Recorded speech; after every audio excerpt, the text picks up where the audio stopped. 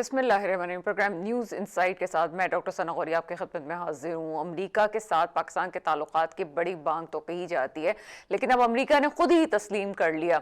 Washington times लिखता है कि 2025 पाक भारत ताल्लुकात जब ख़राब हुए तो उसके बाद से अमेरिका के साथ पाकिस्तान के ताल्लुकात पे बड़ा असर हुआ। ये पहले से ही एक बर्फ़ पिघलना शुरू हो गई थी। उस वक्त ये मामला शुरू हुआ कि जब थोड़ी सी नीयंसी ट्रम्प साहब दिखाते हैं और उसके बाद यहाँ पे जनाब जो उसका फायदा उठाते हुए, ये मैं नहीं कह रही, ये वॉशिंगटन टाइम्स कह रहा है कि जनाब उसका फायदा उठाते हुए पाकिस्तान ने अपनी पॉलिसीज को चेंज किया और उस वक्त गेम चेंजर उस वक्त साबित हुआ कि जब ये मुख्तसर सी जंग पाक भारत की हुई तो पाकिस्तान ने जिस तरह से कारकर्दगी दिखाई उस पर अमेरिका भी हैरान रह गया कि जिस तरह से उसकी सलाहियत थी, इस पर किसी को भरोसा नहीं था। इस पर कुछ बात करेंगे कि क्या आगे भी इस वक्त पाकिस्तान और अमेरिका के ताल्लुकात मजीद बेहतर होने जा रहे हैं। कहा तो ये जा रहा था कि मजीद बेहतर होने जा रहे हैं, लेकिन साथ साथ इस वक्त जिस तरह से अमेरिका का माहिदा भारत के साथ हुआ, इसका जिक्र कहीं नहीं मिलता। इस वक्त दिफाई तौर पे अमेरिका और भारत जो है वो माहिदा करके बैठा हुआ है और जनाब 30 ईयर्स का एक माहिदा है जिस पे वो चलेंगे अपनी तमाम जंगी सलाहियतों के हवाले से। इसका पाकिस्तान पे कितना असर हुआ होगा इसकी तो हमने ज़्यादातर बात ही नहीं की, बल्कि वो लोग जो कि इस वक्त पाकिस्तान में एक फ़ौज के ख़िलाफ़ लॉबी चलाते हैं, वो कहते हैं और आप अमेरिका के साथ ताल्लुकात बढ़ाएं और आपने जिस तरह की चीज़ें की हैं उसके बाद भारत के साथ अमेरिका के इस किस्म के ताल्लुकात, इस बात का मुंह बोलता सबूत है कि आप नाकाम हो गए। लेकिन दूसरी तरफ ये देखना चाहिए कि जिस तरह से पाकिस्तान ने इस वक्त इंटरनेशनली अपनी खारजा पॉलिसीज़ को वो लेके चला है, इस वक्त हम देख सकते हैं कि जियो पॉलिटिक्स में पाकिस्तान एक बहुत मुस्तहकम पोजीशन रखता है, चाहे वो कशीदगी हुई हो पाकिस्तान और अफगानिस्तान की या जनाब इस वक्त अमेरिका के साथ ताल्लुकात बनाने की बात हुई हो। ये हम कह सकते हैं कि 2025 में जिस तरह से मामलात बदले हैं ये तारीख में याद रखा जाएगा, चाहे इसको कोई भी किसी भी ऐनक से देखना चाहे, लेकिन जो हकीकतें हैं उसको एक्सेप्ट करना चाहिए। चाहे उस जंग को बहुत से नाकिदीन इस वक्त चाइना के हथियारों का सिलसिला कहें और कहें जनाब उसको तो आजमाया गया था, आजमाया तो गया था, लेकिन आजमाने वाले भी होने चाहिए, ये बताने वाले भी होने चाहिए कि हम कौन हैं और हम किस तरह से चीज़ों को इस्तेमाल कर सकते हैं। इसके अलावा हम बात करेंगे आज के प्रोग्राम में पाकिस्तान अंडर 19 के एशिया कप के हवाले से। भारत को शिकस्त हुई और पाकिस्तान की फतह, और ये फतह इस बात को जाहिर करती है कि इस वक्त पाकिस्तान में क्रिकेट का मुस्तकबिल बहुत रोशन है। क्रिकेट के शायकीन अब उम्मीद छोड़ चुके थे कि वाकई पाकिस्तान भी कभी किसी सूरत में फतह हासिल कर सकता है। जिस तरह से बहुत सारी चीज़ें, और मैं अक्सर प्रोग्राम में करती हूँ कि जियो पॉलिटिक्स में जो कुछ होता है उसका असर जो है वो पाकिस्तान को दिखाना चाहिए, लेकिन दिखा क्यों नहीं सकता? वो इसलिए अपनी कामयाबी नहीं दिखा सकता क्योंकि इंटरनल हमारी जो पॉलिटिक्स है वो इस वक्त इस नहज पे है कि बहुत सारे मामलात को ख़राब करती है और इंसान की अपनी ज़िंदगी पे, इंडिविजुअल की ज़िंदगी पे कितना असर करती है। ये वही असरात हैं जो क्रिकेट टीम पे भी पड़े, और इस वक्त आपकी जो कौमी क्रिकेट टीम है उसमें उसने कभी भी, इस वक्त हम काफ़ी अरसे से देख रहे हैं कि कोई ख़ास आपकी कारकर्दगी सामने नहीं आई, लेकिन अंडर 19 वर्ल्ड कप के बाद या हम एशिया कप के बाद हम कह सकते हैं कि इस वक्त जो कारकर्दगी पाकिस्तान की नज़र आई है उसमें वाकई मुबारकबाद के मुस्तहिक हैं हमारे प्लेयर्स, और साथ साथ मुबारकबाद के मुस्तहिक तो हैं पाकिस्तान ने भी हर प्लेयर के लिए। इस वक्त हुकूमत पाकिस्तान ने 50-50 लाख का इनाम का ऐलान कर दिया है। इस वक्त भारत को सोचना चाहिए, वो जो खुशी के शादियाने और बहुत सारी मीम्स पाकिस्तान के खिलाफ बनाई जाती थी, अब वो क्या हो गया जनाब? अब उनके खिलाफ जो मीम्स बनेंगी वो देखना चाहिए। लेकिन हकीकत ये है कि अगर ये जो नौजवान नस्ल है ये क्रिकेट टीम के मैदान पे आई और वाकई सिंसियर हो के इस वक्त खेलेगी तो आगे भी ये सिलसिला हमें लगता है कि पाकिस्तान का मुस्तकबिल रोशन है, और इंशाअल्लाह ताला अगला वर्ल्ड कप पाकिस्तान के हाथ में ही होगा। कुछ इस हवाले से बात करेंगे, साथ साथ अफगानिस्तान के हवाले से एक बड़ा बयान, और फील्ड मार्शल साहब जब भी बात करते हैं डंके की चोट पे करते हैं, बांगे दहल उन्होंने बयान दिया और कहा जनाब पाकिस्तान को फितनाउल खवारिज या पाकिस्तान का इंतखाब करना होगा। फील्ड मार्शल ने ये बात कह दी है, और इसमें वो किन को टारगेट कर रहे हैं कि लोगों के हवाले से बात कर रहे हैं। आप अच्छी तरह जानते हैं अभी भी केपी में कुछ पॉलिसीज़ ऐसी हैं कि जिसमें लीनियंसी दिखाई जाने की बात करते हैं। इस वक्त असेंबली फ्लोर पे भी हमने देखा कि ये कहा जाता है कि अफगानिस्तान के हवाले से लीनियंसी दिखाई जाए। दूसरी तरफ जो पॉलिसीज़ पहले रही हैं कि जनाब आपने पहाड़ों से उन्हें उतार के ऑफिस खोल के दे दी और आप कहते हैं कि जनाब आराम से उनका इनखला हो, तो ये एक ऐसी चीज़ है कि इसमें सवाल तो बनता है कि चाहे आप 16 दिसंबर वाला वाक़या ले लें या आर्मी पब्लिक स्कूल का या आगे की पॉलिसीज़ को, फितनाउल खवारिज को तो ख़त्म करना पड़ेगा। एक तरफ हम फितनाउल खवारिज की बात कर रहे हैं और दूसरी तरफ कच्चे के डाकुओं के हवाले से जो ऑपरेशन हुआ है उसमें बड़ी अचंभे की बात यह है कि कहा जा रहा है कि उस नौयत का असला बरामद हुआ है कि जिसका सोच नहीं सकता इंसान। ये तमाम चीज़ें हमें किस तरफ लेके जा रही हैं, इस हवाले से आज के प्रोग्राम में बात करेंगे। जो स्टूडियो में ज्वाइन कर चुके हैं सलमान रहमान साहब, आप तज्ज़ियाकार हैं, प्रोग्राम में आपको वेलकम करते हैं। साथ साथ मुझे ज्वाइन करेंगे इकबाल अडवाणी साहब, आप सियासी तज्ज़ियाकार हैं, और नुसरत मिर्ज़ा भी मेरे साथ होंगे, आप तज्ज़ियाकार हैं। आपकी तरफ आते हैं सलमान रहमान साहब। सबसे पहले तो अमेरिका की पॉलिसीज़ के हवाले से बात करते हैं। क्या आप समझते हैं कि वाकई ट्रम्प भैया हमसे बड़े सिंसियर हो चुके हैं और पॉलिसीज़ अमेरिका की पाकिस्तान के लिए बहुत चेंज हो गई हैं? माजी तो हमें ये बताता है कि अमेरिका कभी भी झोल खा जाता है और कभी भी हमसे जो है वो से मतलब निकालता है, लेकिन जब अफगानिस्तान से इनकला होता है अमेरिकी फ़ौज का और पूरी जनाब नेटो वहाँ से जाती है, तो उसके बाद पाकिस्तानी लोगों के पास ये एक बात आती है, और ख़ास तौर पर एक जमात की मैं बात करूँगी, वो ये कहते हैं कि अब अमेरिका के पास ऐसा कोई चीज़ नहीं है जिसका फ़ायदा पाकिस्तान से उठाया जा सके। लेकिन मेरा पॉइंट ऑफ व्यू प्रोग्राम से हमेशा ये रहा है कि पाकिस्तान के पास ख़ास तौर पे वो पानी है और गर्म पानी का खत्ता है ये, कि जहाँ पे पूरी दुनिया के मफादात वाबस्ता हैं। आप क्या समझते हैं कि इस वक्त वॉशिंगटन टाइम की जो खबर आई है, इसको किस हद तक आप आगे देखते हैं कि बेहतर है? देखिए, तारीख़ी तौर पे ना पाकिस्तान और जो अमेरिका है वो एक दो दोस्त ममालिक हैं। पाकिस्तान के वजूद से लेके आज तक दोनों में दोस्ती बड़ी गहरी बुनियादों पे दोस्ती के रवाबित थे, लेकिन बीच में जो चीज़ें हुई अफ़गानिस्तान में और ये जो तालिबान वाला मैटर हुआ है, इनकी वजह से कुछ चीज़ें जो है हमेशा अप एंड डाउन्स रहे हैं पाकिस्तान। लेकिन तारीख़ी तौर पर अगर आप देखें ना, तो अमेरिका और पाकिस्तान की दोस्ती भारत और अमेरिका की दोस्ती से बेहतर रही है हमेशा। अब ये ट्रंप वाली क्या सिचुएशन हुई है डेवलप, तो इसकी वजह ये है कि पाकिस्तान की पिछले कुछ सालों से अपनी कुछ पॉलिसीज़ जो थी वो इतनी क्लियर नहीं थी, जिसकी वजह से अमेरिका जो है वो पाकिस्तान के ऊपर जो है उस तरह से ट्रस्ट नहीं कर पा रहा था, या उस तरह के जो रीजनल मैटर्स थे उनमें पाकिस्तान को इन्वॉल्व नहीं कर रहा था। अब मैं समझता हूँ कि जब से फील्ड मार्शल साहब जो आए हैं, इन्होंने बेसिकली जिस तरह की पॉलिसीज़ अडॉप्ट की हैं और जो पॉलिसीज़ में क्लैरिटी लेके आए हैं, वो अमेरिका बाकी दुनिया और के लिए काबिल कबूल है। इसी वजह से जो है चाइना भी इस वक्त आप देखिए, चाइना के साथ भी हमारी क्लैरिटी है, हमारी दोस्ती उसी तरह मौजूद है, हम उनके लिए भी उतने ही इम्पोर्टेंट हैं। हम पाकिस्तान इस वक्त दुनिया में वाहिद मुल्क है जो बैक वक्त चाइना, अमेरिका और रशिया तीनों के साथ इसके जो ताल्लुकात हैं वो बेहतरीन ताल्लुकात हैं इस वक्त।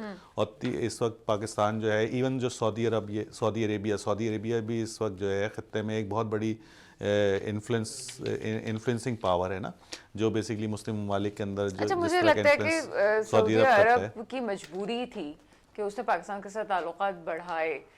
जब कतर पे हमला हुआ और जिस तरह से इस वक्त हमने देखा कि इजराइल सामने आया बदमाशी करते हुए, तो उस वक्त मुझे लगता है कि उसके बाद सऊदी अरब की मजबूरी हो गई थी कि वो पाकिस्तान को अलाइन करे। नहीं, मैं देखें, अगर हम तारीख़ी पस मंज़र में देखें ना, तो सऊदी अरेबिया और पाकिस्तान जो है तारीख़ी तौर पे बहुत करीब रहे हैं हमेशा। कभी भी ऐसा कोई वक्त नहीं आया जिसमें सऊदी अरेबिया जो है पाकिस्तान से दूर हुआ या पाकिस्तान जो है सऊदी अरेबिया से दूर हो।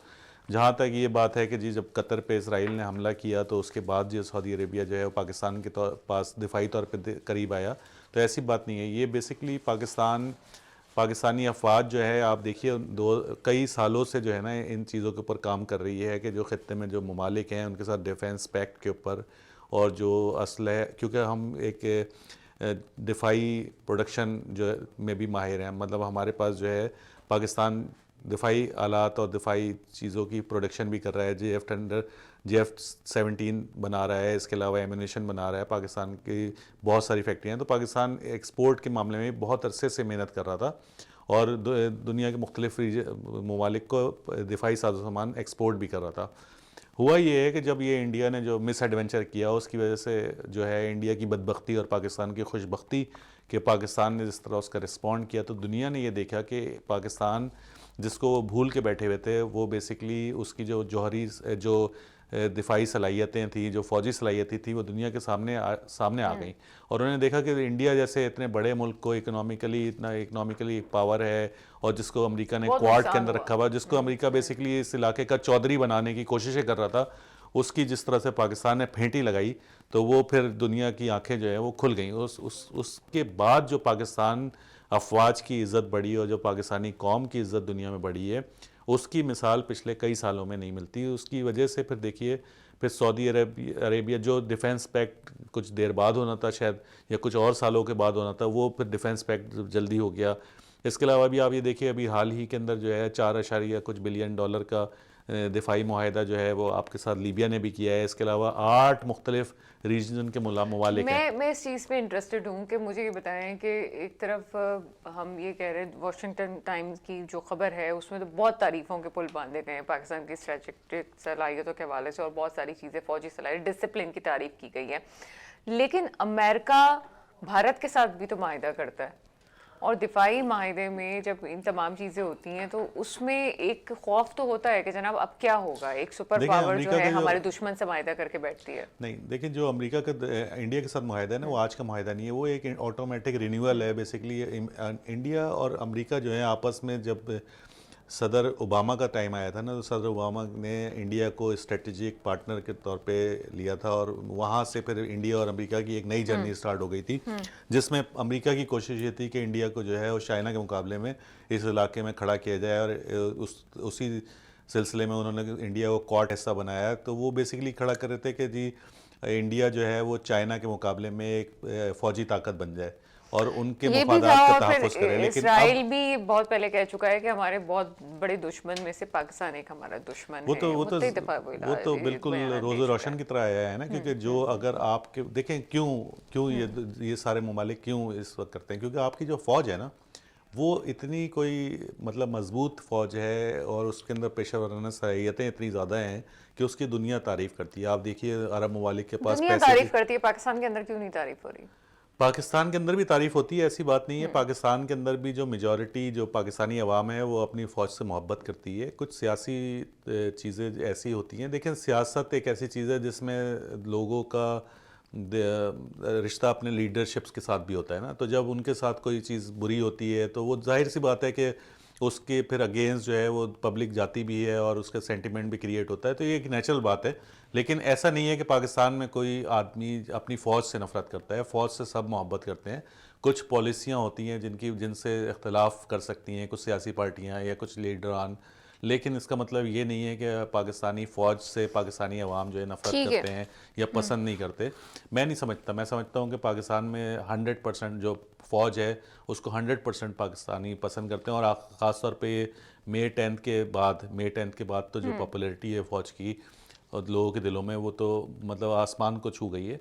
और उसकी वजह देखें मैं हम सर बात करती हूँ, एक सीनियर तजज़ियाकार रिमोट पे सब मौजूद हैं, तो उनकी भी राय ले लेते हैं। नुसरत मिर्ज़ा साहब मेरे साथ मौजूद हैं। सर, प्रोग्राम में आपको वेलकम करते हैं। नुसरत मिर्ज़ा साहब, सबसे पहले तो हम आपसे पूछेंगे कि इस वक्त जो फील्ड मार्शल साहब का बयान आता है अफगानिस्तान के हवाले से, ख़ासतौर पर अफगानिस्तान को फितना ख़वारिज या पाकिस्तान का इंतखाब करना होगा, ये चीज़ पे आप क्या समझते हैं कि क्या अफगानिस्तान के साथ जो मामलात बेहतर होने की नवीद हमें मिल रही थी वो मामलात बेहतर नहीं हुए? अफगानिस्तान क्या फितना और ख़वारिज से खुद आज़ाद हो नहीं पा रहा या होना नहीं चाहता? क्या कहेंगे आप? देखिए, बुनियादी तौर पर एक मैंने आपको पहले भी शायद एक प्रोग्राम में कहा था जब दो एग्रीमेंट हुआ था तो एक एडिशन एग्रीमेंट भी हुआ था अमेरिका के और तालिबान के साथ में, क्योंकि अखुंज़ादा साहब जो है तहरीक आज़ादी की तहरीक में या अफगान जंग में इनका कोई हिस्सा नहीं है, सिवाय इसके कि मंसूर साहब के जो मुल्ला मंसूर के जो हलाक करने के बाद में, इनको शहीद करने के बाद में अमेरिकनों ने जो हमारे साथ ज्यादती की, उनमें बदगुमानी पैदा कर दी, तो फिर ये हुआ कि हमारे रास्ते में कभी नहीं रहा और ये हमारे साथ नहीं रहा बल्कि अमेरिका के साथ जुड़ गया मोहतरम जी। तो अब सवाल ये है कि जो बात आप कह रही हैं उसके मुताबिक वो इनका जो टीटीपी के साथ मामला है, इनके और टीटीपी के जो मकासद हैं वो एक है। बजाय तो टीटीपी इनके साथ में जो है वो जो इस्लाम के नफाज की बातें करती है, लेकिन ये है कि टीटीपी तो एक अलग से सिस्टम है जो कि इसराइल का, इंडिया का और दूसरे मुल्कों का जो है एक वो मैंने टूल है। तो अब सूरत ये है कि अब अगर हम वो ये लोग जो हैं वो, क्योंकि इनके साथ में उनका वो भी है, बैत भी की हुई है, तो अब इनके लिए मुश्किल हो रहा था। लेकिन अब जो बात हुई है इनकी तुर्की के अंदर जो बात हुई है, फिर उसके बाद में सऊदी अरब में अभी हाल में हुई है, उसके बाद में से इनका के दरमियान में ये सोच पैदा हुई और उसमें ये पाकिस्तान ने मुतालबा किया कि ये फतवा जारी करें। तो फतवा वहाँ से जारी हुआ है और उसमें ये बात कही गई है। तो अब बहरहाल पाकिस्तान दबाव डाल रहा है मुसलसल कि वो बिल्कुल इसको होके। तो आपने देखा कि हमारे पर कितने हमले होते थे, अभी भी खैबर पख्तूनख्वा में तो हमले हो रहे हैं और वहाँ पर बड़ी तादाद में लोग मौजूद हैं, जो काफ़ी बड़ी तादाद मानी जाती है। लेकिन ये है कि बलूचिस्तान में बहरहाल कमी हुई है, तो कोई एक दो वाक़या तो हो रहे हैं एक हफ्ते में, 2-4 दिन के बाद में, जहाँ भी हमारी कमजोरी होती है वहाँ पर ये लोग घुस आते हैं, लेकिन अदरवाइज वो काफ़ी कंट्रोल हुआ है। अब मैं समझता ही हूँ कि जो हमारे बरादर मुल्क हैं, कतर है, तुर्की है, सऊदी अरब है, इनके पर काफ़ी दबाव डाल रहे हैं और कह रहे हैं कि भाई आपको और फिर साथ में ईरान भी जो है वो काफ़ी इनके साथ में बहुत बड़ा दबाव डाल रहा है। जो उनके ख्वाब था कि हम चाबहार की बंदरगाह से सामान ले लेंगे, वो शायद पूरा नहीं हो सकेगा, क्योंकि वो अगर ईरान ने एक दफ़ा इनको चाबहार के बंदर में घुसने दिया, रोज़ वहाँ धमाके होंगे। तो ईरानियों ने काफ़ी सख्ती की हुई है इनके ऊपर और इन्होंने वहाँ पर भी ईरानियों में जो इनका सीस्तान है वहाँ पर भी मैंने मारधार शुरू कर दी है अमरीकनों ने, इसराइलियों ने और इंडियंस ने। तो अब बात है कि बहुत पेचीदा हालात है, लेकिन ये है कि बहरहाल पाकिस्तान दबाव बढ़ा रहा है वो ठीक है और बाद जो हालात हैं वो बेहतरी हो जाएंगे, मुझे यकीन है, क्योंकि हमने जो सेंस विल प्रिवेल जो बहुत से जो हमारे ताल्लुकात हैं वो भी हम इस्तेमाल कर रहे हैं। वो बड़ी गलती ये हुई है कि बहुत से हालात हैं जो हर आदमी जो इंटेलिजेंस का आदमी होता है वो अपने साथ ले जाता है ताल्लुकात जो होते हैं। तो वो सर मैं आपसे खास तौर पे पूछना चाहूंगी नुसरत मिर्जा साहब कि इस वक्त आपने ईरान का जिक्र किया, बहुत खत्ते में अहमियत रखता है ईरान, लेकिन जिस तरह से अभी ईरान के साथ तिजारती मामला है अफगानिस्तान से, तो हमने तकरीबन बहुत चीज़ें बंद कर दी, बल्कि पाकिस्तान में भी उसका असर हुआ है कि जो चीज़ें वहाँ से आ रही थी अब यहाँ पाकिस्तान में मौजूद नहीं हैं और उस महंगी हो गई हैं। इसी तरह से अफगानिस्तान वालों को भी मसाइल हो रहे हैं, बॉर्डर पे प्रॉब्लम है, लेकिन हमेशा से बॉर्डर पे स्मगलिंग हमारे इशू रहा है जो कि हमारी डॉक्यूमेंटेड इकोनॉमी का हिस्सा नहीं रहती, चीज़ें पाकिस्तान की इकोनॉमी को नुकसान पहुँचाती हैं। अभी हाल ही की खबर है कि बहुत बड़ी तादाद में ईरानी पेट्रोल जो है वो पकड़ा गया है और पाकिस्तानी फोर्सेस ने उस पर कार्रवाई की है। मुझे बताएं कि सिर्फ एक चीज़ पकड़ी गई है, बहुत सारी ऐसी चीज़ें हैं जो कि बॉर्डर से आर पार हो रही हैं, ये तमाम चीज़ें, इसका ओवरऑल क्या आप लगता है कि मुल्की ताल्लुकात पे भी असर पड़ेगा? देखिए, ईरान की जो बात आप कर रही हैं वो मेरे ख्याल में दोनों साइड से एग्रीमेंट के तौर पे हो रहा है। आप ये देखिए कि आप अगर यहाँ लसबेला से आगे जाएंगे तो आपको कोई पेट्रोल स्टेशन नहीं मिलेगा, पेट्रोल पंप नहीं मिलेगा, वहाँ पर सारा ईरानी तेल बिकता है। तो इस सबकी बात पता है कि ईरानी तेल वहाँ से बिक रहा है, वहाँ से जो स्मगलिंग होती है वो मर्जी से हो रही है। तो वो हम इसका तरीका निकाला है कि जो सैंक्शन की हुई है अमेरिका ने ईरान के ऊपर, उससे हम मुआवजा नहीं कर सकते हैं, तो हम इस तरह से गुजारा कर लेते हैं अपना। तो बेसिकली जो बात आप कर रही हैं तो ये सही है कि इकनॉमी में वो नहीं आता सिस्टम में, लेकिन बहरहाल आवाम को जो फ़ायदा मिल रहा है ना, सस्ता मिलता है पेट्रोल। लसबेला से आगे जब भी आप जाएँ अपनी गाड़ी लेकर तो वहाँ पर कहीं पर भी आपको ये शेल न मिलेगा, न PSO मिलेगा, न कोई और मिलेगा, petrol pump proper petrol pump है ही नहीं। हर दुकान के अंदर आपको ईरानी तेल मिलता है और बहुत सी चीज़ें आती है। गवर्नर में गया था 2016 में, कोई चीज़ पाकिस्तान की नहीं थी, सारी ईरानी थी। जो चिंगम भी तक वहाँ की थी, टॉफिया भी ईरान की थी। तो जो भी करीब मुल्क है वहाँ से वो अगर आ जाती हैं तो आ जाए, तो इसमें क्या आप वहाँ तक पहुँचाएंगे तो गायब हो जाएंगे, कोई बात नहीं इसमें। तो ये मर्जी से होता है, एक आप इसको बच्चे रहे, दुख भरी दास्तान है हो गया। सर लेकिन मसला मैं अगर हम नहीं भी छेड़ते इसके, लेकिन बीच में भी बात हुई थी, ईरानी सफ़ीर हमारे सामने बैठे हुए थे, एक बलूचिस्तान में मैं खुद मौजूद थी। उस वक्त उन्होंने कहा कि ठीक है जनाब, हमारे पास सेंक्शंस हैं, आप अमरीकी डॉलर में नहीं, आप चाइना करेंसी पे काम कर लें हमारे साथ, लेकिन हम तो चाहते हैं कि आप अनाज दें, हम आपको अपनी चीज़ देते हैं, हमें अनाज चाहिए आपसे। तो ये तमाम चीजें तो चल रही हैं, क्या पाकिस्तान किसके भाई, दबाव में जो वो ईरान से बेचारा ताल्लुकात नहीं कायम कर रहा? बेचारा आपसे गुजारा कर रहा होगा। हाँ। लेकिन बात यह है कि हम उनको, आप यकीन मान लें कि आप डॉक्टर साहब कि आप, हमने इनके साथ ईरानियों के साथ में जितनी मैंने खुलूस के साथ में काम किया है, किसी और मुल्क के साथ इतना कम किया होगा। देखिए, जब ये आप 8 साल इराक के साथ जब इन्होंने जंग लड़ी है, तो हमने इनको कभी कभी भी इनके पास मैंने खाने की शॉर्टेज नहीं होने दी। तो अब भी इनको अनाज फराहम किया जाता है। चावल, इनकी सबसे ज्यादा चावल से ज्यादा ये लोग, मैंने यानी गेहूं से ज्यादा चावल खाते हैं ना हर वक्त ये लोग।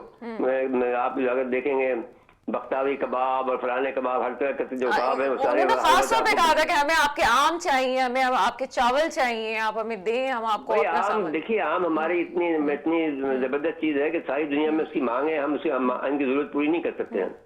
और इनको सस्ते, हमें बैंगन पे दाम में मिलते हैं, डॉलर में बेचते हैं इनको। अगर हम पाकिस्तानी ईरानी रुपए पे बेचें तो हमें नुकसान होता है। वो बिजनेस का मामला है, उसको छोड़ दें। जो बातें वो कर रहे हैं वो अपने फायदे के देख रहे हैं। वो हमारी बाज़ औक़ात नुमाइश भी नहीं होने देते वो वहाँ पर। वो ये जो आपके आसिफ साहब जो है ना, जो वहाँ पर मैं गया था वहाँ पर 2000 पता नहीं 16-17 में किसी वक्त गया था मैं, 17 में।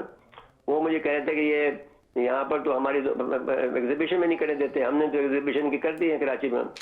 ओहो। खैर अब ये मतलब एक पेचीदा मामला है, ये बात जो भी चल रहा है ठीक चल रहा है, अभी कोई नुकसान नहीं है हमें। बहुत शुक्रिया नुसरत मिर्जा साहब हमारे साथ मौजूद थे। एक छोटा सा ब्रेक लेते हैं, ब्रेक के बाद मजीद बात करते हैं।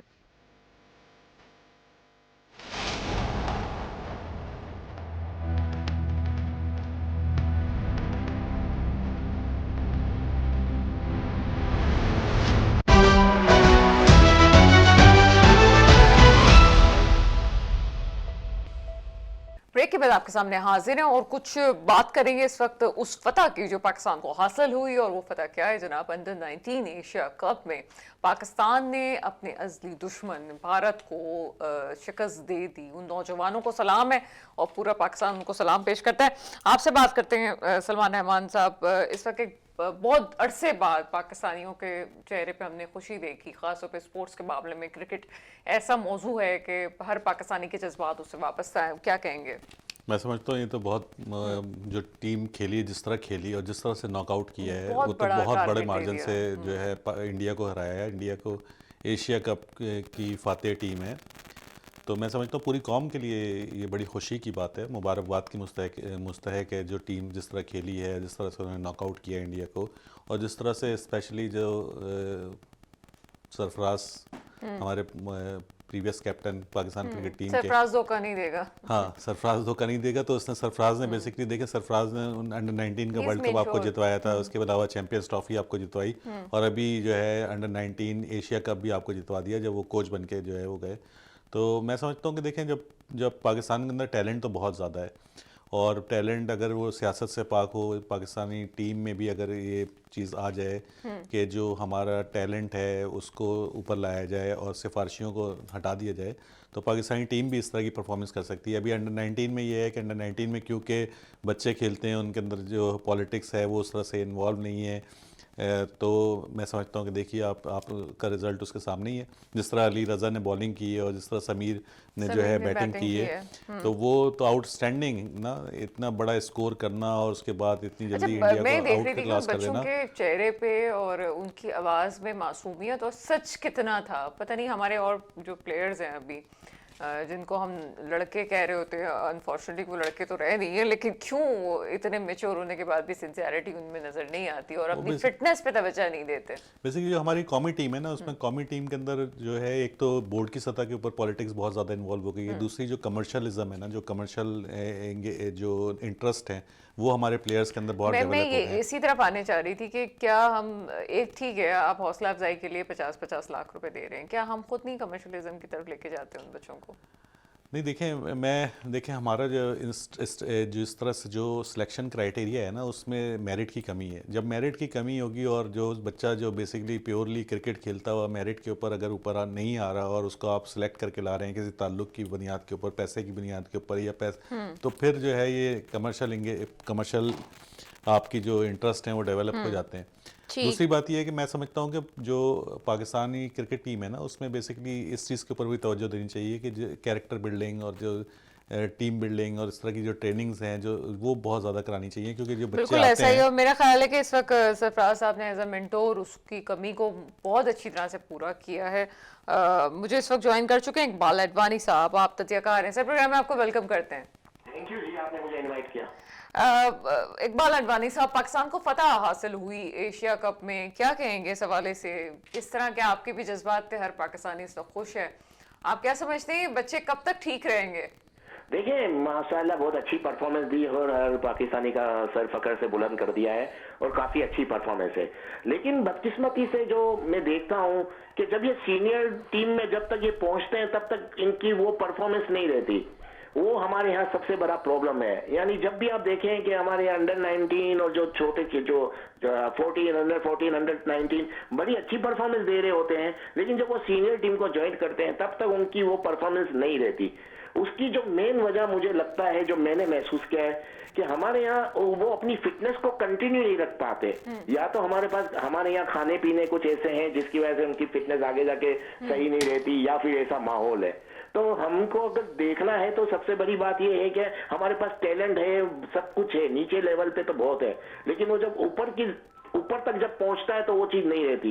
तो इस पे तवज्जो देनी पड़ेगी हमारे सब कोच, जो सीनियर के कोच हैं, जो भी हैं, और पूरी टीम को, कि हमारी फिटनेस बरकरार रहे, आगे जाकर भी आज के 10 साल बाद भी इनकी फिटनेस इसी तरह बरकरार रहे, 5 साल बाद, 7 साल बाद। लेकिन बदकिस्मती से रहती नहीं है। इसी वजह से जब हम सीनियर लेवल पे खेलने जाते हैं तो पाकिस्तान की टीम का वो रिजल्ट नहीं आता। फिटनेस की बहुत अच्छी बात की आपने, क्योंकि हम जब स्पोर्ट्स के बच्चों से हम मिलते हैं, मैं छोटे बच्चों की बात कर रही हूँ, बॉक्सर से हम मिले हैं, मार्शल आर्ट के बच्चों से हम मिलते हैं जो चैंपियंस है, पाकिस्तान को जितवा के आए हैं। वो बच्चा भी खाने पीने पे एहतियात कर रहा होता है। अगर आप उसके सामने कोल्ड ड्रिंक रख दें तो वो नहीं पीता, वो कहते नहीं जनाब हमें नहीं पीना। मेरे ख्याल से बॉक्सर्स की मुझे हैरत होती है कि जब हमारे सीनियर्स बिल्कुल ही अपने फिटनेस पे तवज्जो नहीं देते। सर, आपकी मौजूदगी का फ़ायदा उठाते हुए आपसे मामला डिस्कस करेंगे, क्योंकि 2 गेस्ट मेरे पास ऐसे मौजूद हैं जो कंटिन्यू ट्रैवल भी करते हैं, बहुत सारी चीज़ों का ग्रीन पासपोर्ट के साथ भी सामना होता है, और जो था पहले और अब कोई और पासपोर्ट है। सर, आप भी उन्हीं लोगों में से, मुझे बताइएगा कि इस वक्त वॉशिंगटन टाइम्स में एक रिपोर्ट शाये हुई है पाक अमेरिका ताल्लुकात के हवाले से। काफ़ी खुशी का इजहार करते हुए कहा गया है कि बड़े अच्छे ताल्लुकात रहे हैं पाकिस्तान के अमेरिका के साथ 2025 में, और मजीद भी अच्छे होंगे, और पाकिस्तानी फौज की भी बहुत तारीफ की गई है। आपसे सवाल ये है कि कितना कंटिन्यू रहेगा?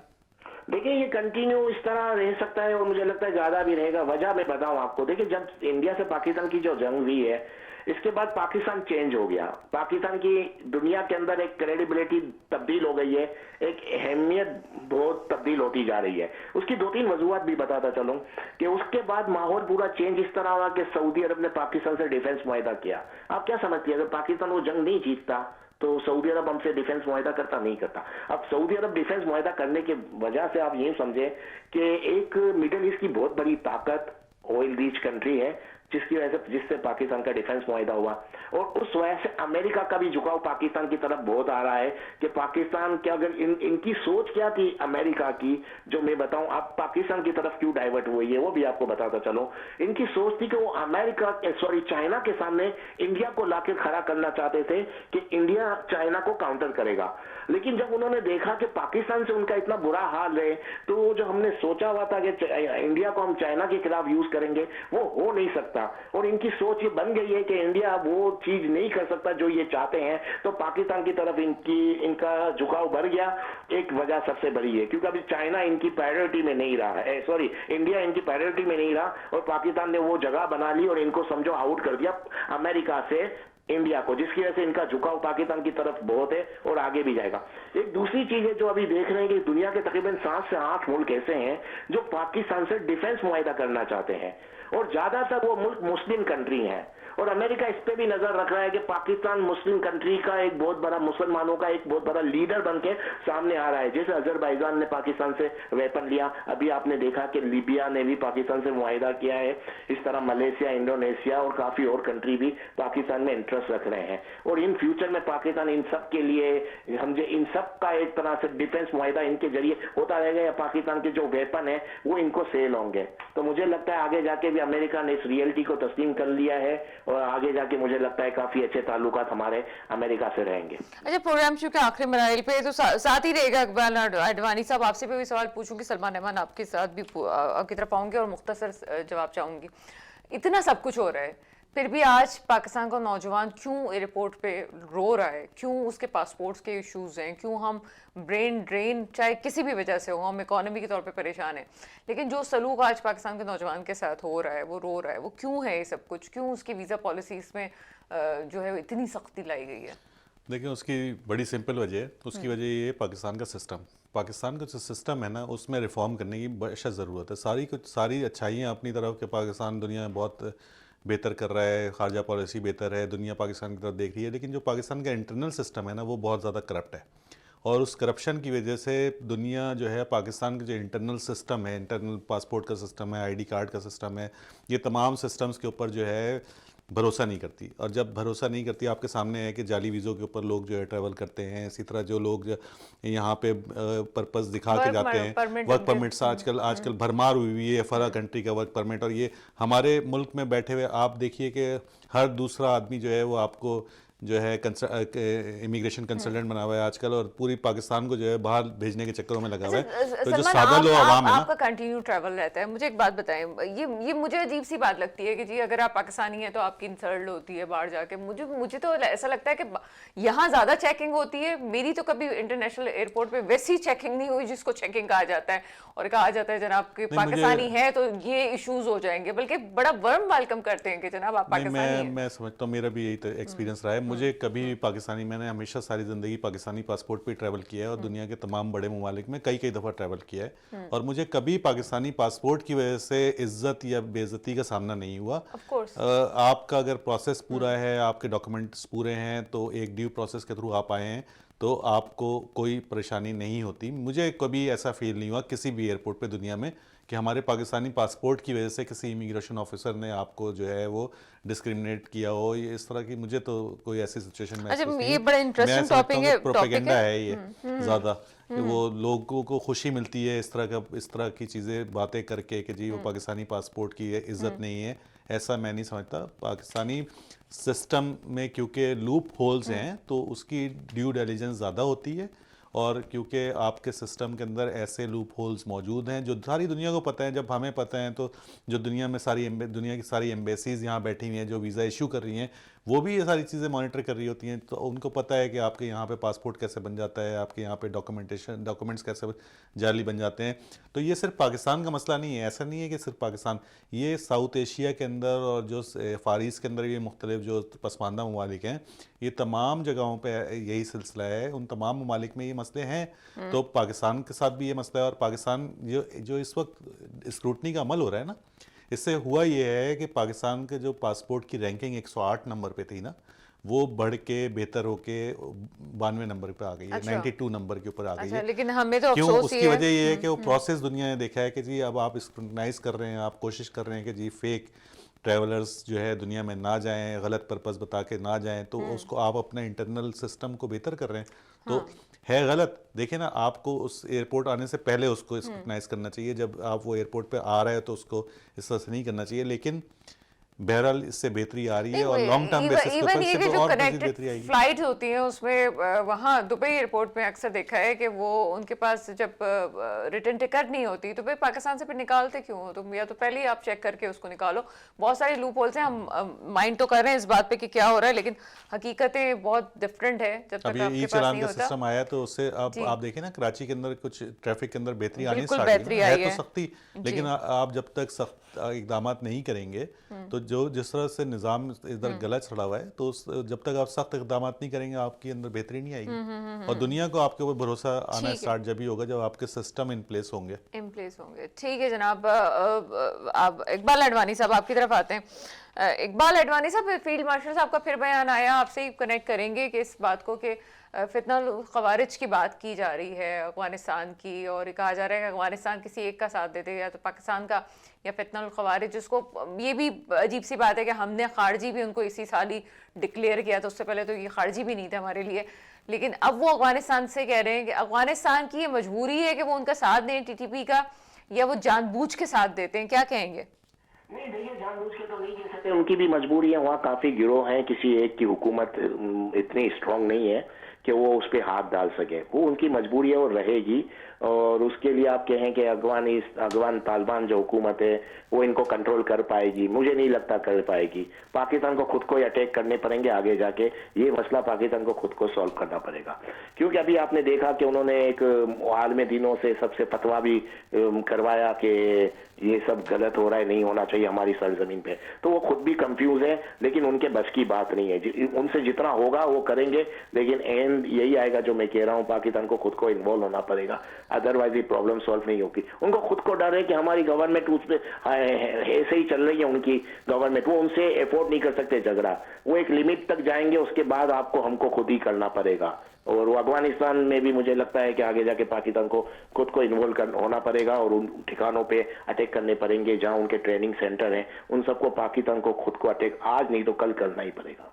बहुत शुक्रिया इकबाल अडवाणी साहब हमारे साथ मौजूद थे। सलमान मैं रहमान इसमें साहब एक चीज़ आपका ऐड कर दूं, जी सर। बेसिकली ये जो अभी आर्मी चीफ ने जिस तरह का बयान दिया है, मैं समझता हूँ पाकिस्तान को इस क्लैरिटी की ज़रूरत है कि पाकिस्तान ने क्लियरली पैगाम दिया है ओपन फोरम के ऊपर कि भाई या आप पाकिस्तान के साथ हो जाएं या आप तहरीक तालिबान पाकिस्तान के साथ हो जाएं, या तो आप पाकिस्तान के दुश्मनों के साथ हों या आप पाकिस्तान के साथ हों, आप दोनों तरफ विकेट के नहीं खेल सकते। तो अफगानिस्तान को अपनी सवाल सर हमें केपी में भी उठाना चाहिए। हाँ, लेकिन देखिए ना, हम एज अ मुल्क तो हम ये एक्सपेक्ट करते हैं ना कि हमारा अगर एक पड़ोसी मुल्क है, हम उसको कई सालों से सपोर्ट कर रहे हैं, उसके मुहाजिरीन को सपोर्ट किया, उसके अनाज की ज़रूरतें हम पूरी कर रहे हैं, उसकी मुख्तलिफ मतलब कितने सालों से वो जंगज़दा मुल्क है, तो उसके तमाम अवाम के पाकिस्तान ने जितना सपोर्ट किया किसी और मुल्क ने सपोर्ट नहीं किया। तो पाकिस्तान एक्सपेक्ट करता है ना कि जी अब जब आपकी हुकूमत वहाँ पे स्टेबल हो रही है, जब आपका मुल्क स्टेबल हो रहा है, तो आप कम से कम वो इक़दाम तो करें ना। और ये मुआहदे का हिस्सा था, जो दोहा मुआहदा हुआ था, इस चीज़ का ये उस मुआहदे का ये हिस्सा था कि अफगानिस्तान की जो सरजमीन है वो किसी पड़ोसी मुल्क या दुनिया में किसी मुल्क में दहशतगर्दी के ख़िलाफ़ इस्तेमाल नहीं होगी। और अगर इस तरह के गिरोह जो अफ़गानिस्तान में मौजूद हैं, जो दूसरे ममालिक में जाके कार्रवाइयाँ कर रहे हैं, जिनमें पाकिस्तान के अंदर आके कार्रवाइयाँ कर रहे हैं, इसी तरह चाइना के बॉर्डर पर भी जाके कार्रवाइयाँ कर रहे थे, तो वो सारी चीज़ें जो हैं वो अफ़गानिस्तान की हुकूमत जिसको अपने तौर पर रोकेगी और अपनी ज़मीन जो है वो किसी मुल्क के ख़िलाफ़ इस्तेमाल नहीं होने देगी। तो वो उस मुआहदे की भी तो खिलाफ वर्जी कर रहे हैं ना, तो उनके ऊपर जो दबाव है तो वो सही दबाव है। और पाकिस्तान की जो क्लैरिटी है ना, मैं समझता हूँ ये क्लैरिटी पाकिस्तान को आगे लेके जाएगी। इस तरह की क्लैरिटी हम बहुत अरसे से जो है ना मिस कर रहे थे, हम दरमियान में होते थे, तो ये क्लैरिटी आना इज़ अ गुड साइन और ये पाकिस्तान को आगे ले जाने में हेल्प करेगा, क्योंकि दुनिया फिर आपके ऊपर मजीद एतमाद करना स्टार्ट करेगी जब उसको पता होगा कि आप दो बातें नहीं कर रहे, आप एक, आपका फोकस और आपका डायरेक्शन एक है। मैं समझता हूँ कि ये एक अच्छी बात है। चलिए जनाब, अच्छा हो गया। मसला ये है कि सिर्फ अफगानिस्तान सिर्फ काबुल नहीं है, ये समझने की ज़रूरत है कि बहुत सारी वहाँ पे गिरोह हैं कि जो कि वहाँ पे अफगानिस्तान पे इस वक्त हुकूमत कर रहे हैं। हम सिर्फ ये नहीं कह सकते कि काबुल की हुकूमत ही सब कुछ कर सकती है, और बहुत सारी चीज़ें हैं जो आपको सामने लेके आनी पड़ेंगी। ख़ासतौर पर जब हम बात करते हैं कि हमें बड़ा क्लियर होना चाहिए, बहुत अच्छी बात की सलमान रहमान साहब ने, हमें क्लियर होना चाहिए, और 2025 में हम क्लियर हुए हैं कि वाकई खारजी कौन है और हमारे साथ कौन है। उससे पहले तो हम क्लियर भी नहीं थे और हम चाय भी पी के आ रहे थे वहाँ से। सवाल ये है कि प्रॉब्लम वहाँ क्रिएट होता है कि आपको बहुत सारी चीज़ों में अपने मुल्क में भी क्लियर होना चाहिए। केपी में वो लोग जो अभी भी किसी के हक में आवाज़ उठा रहे हैं, उन्हें भी क्लियर होने की ज़रूरत है। वो लोग जो कच्चे के डाकुओं का कहीं ना कहीं साथ देते हैं, उन्हें भी क्लियर होने की ज़रूरत है। और वो लोग जो बलूचिस्तान में इस किस्म की सरगर्मियों का हिस्सा बन रहे हैं कि जो कि आप समझ भी नहीं सकते, और जो जहन साजी करने में काम कर रहे हैं और पाकिस्तानियों की जहन साजी उस तरह से कर रहे हैं कि जनाब शायद उनके साथ कुछ गलत हो गया, तो उन्हें भी क्लैरिटी की ज़रूरत है। ये तमाम चीज़ें वो हैं जो पाकिस्तान में अगर बेहतर होंगी, और मैं ये पहले भी समझती थी और अब भी ये समझती हूँ कि पाकिस्तान एक फिक्सिंग मूड में, मेरा वही स्लोगन है, और फिक्सिंग मूड को आगे भी हम समझते हैं कि जिस तरह से पॉलिसीज़ चल रही हैं अच्छा होना चाहिए। सिर्फ एक लूप है, वो होल है जिसको ठीक करने की ज़रूरत है कि इंटरनल पॉलिटिक्स में किसी भी सियासी जमात को पीछे नहीं छोड़ना चाहिए। पॉलिटिकल जमातों की अपनी एक बका और हैसियत कायम करते हुए तमाम लोगों को आप साथ लेके चलेंगे, तो जहां पाकिस्तान एक कदम आगे चला है, वो शायद 10 कदम मजीद तेज़ी से आगे चलेगा। दुआ वही है जो हमेशा होती है, मेरे मुल्क पे हुक्मरान आए जो वाकई मेरे मुल्क के मुस्तकबिल की हिफाजत करें। इसके साथ ही प्रोग्राम का वक्त ख़त्म होता है, मुझे इजाज़त दीजिएगा। खुदा हाफिज़।